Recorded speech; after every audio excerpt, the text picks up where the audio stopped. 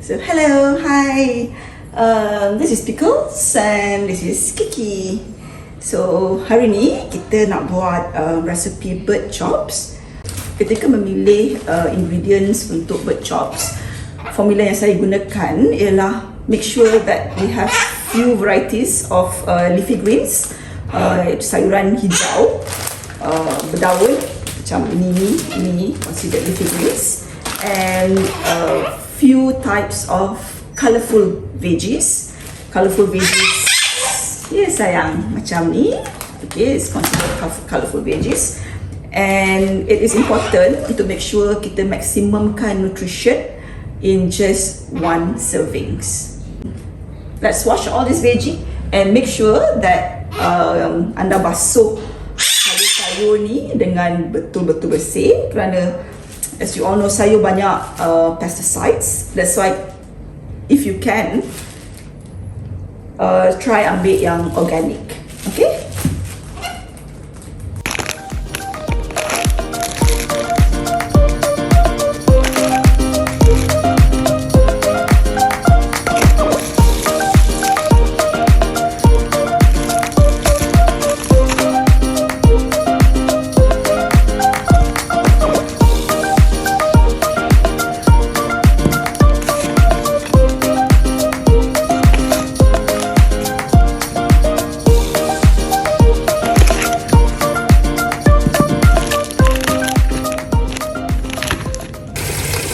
And usually bila saya nak cuci sayur ni, I will make sure that I wash thoroughly, soak it, and after that I akan rendam dia dalam apple cider vinegar untuk make sure that sayur ni betul-betul bersih.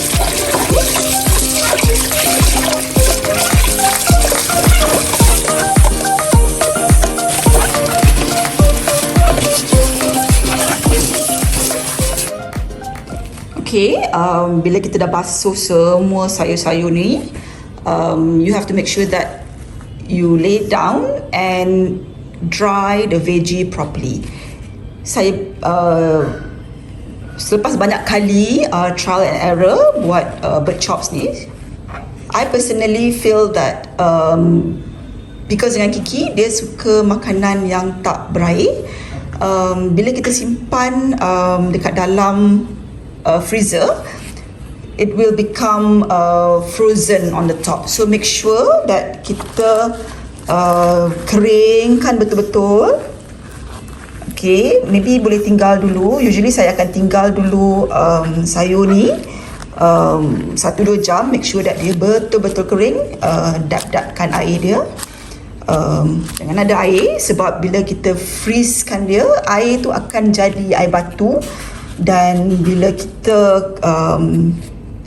cairkan bird chops ni, air batu tu akan jadi air dan dia jadi berair, which Pickles dengan Kiki tak berapa suka.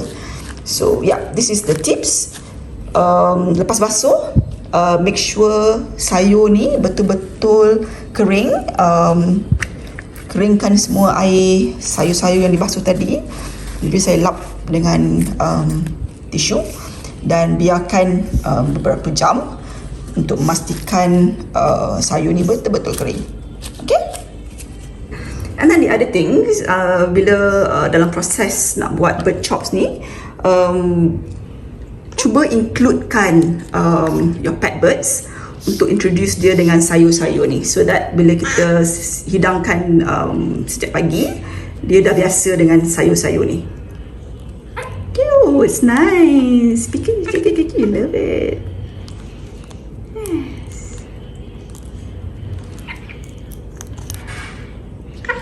Okay, so while waiting sayur-sayur ni kering, kita akan, usually I akan guna that time untuk masak all the bijirin untuk dicampur dekat dalam bird chops ni. I have here with me split green peas, barley, some grains, and brown rice, this, and also quinoa, which is their favorite. Usually quinoa ni I akan letak every morning I akan asingkan dia, and then every morning I akan campur quinoa.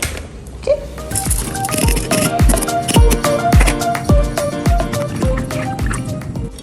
So saya guna food processor untuk blendkan barang-barang ni.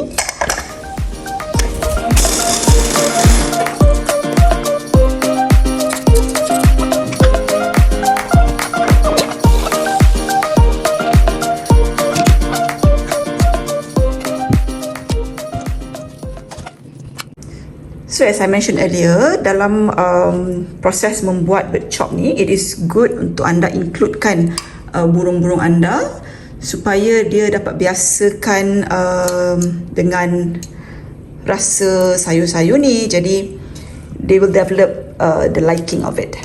Okay? Do you like it, pickle? Ooh, it's yummy, right?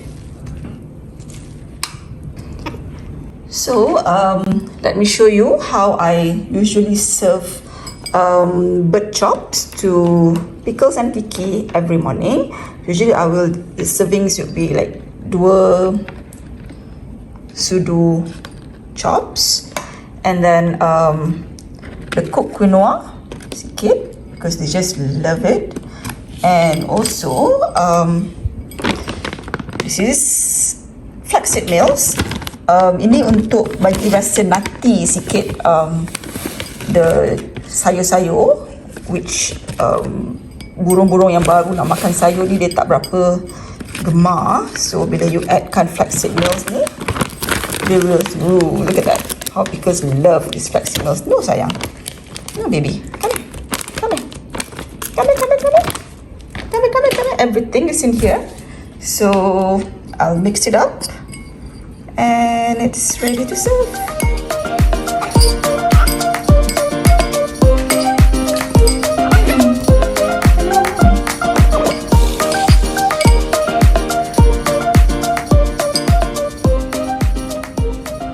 So this is cara saya simpan fresh chops.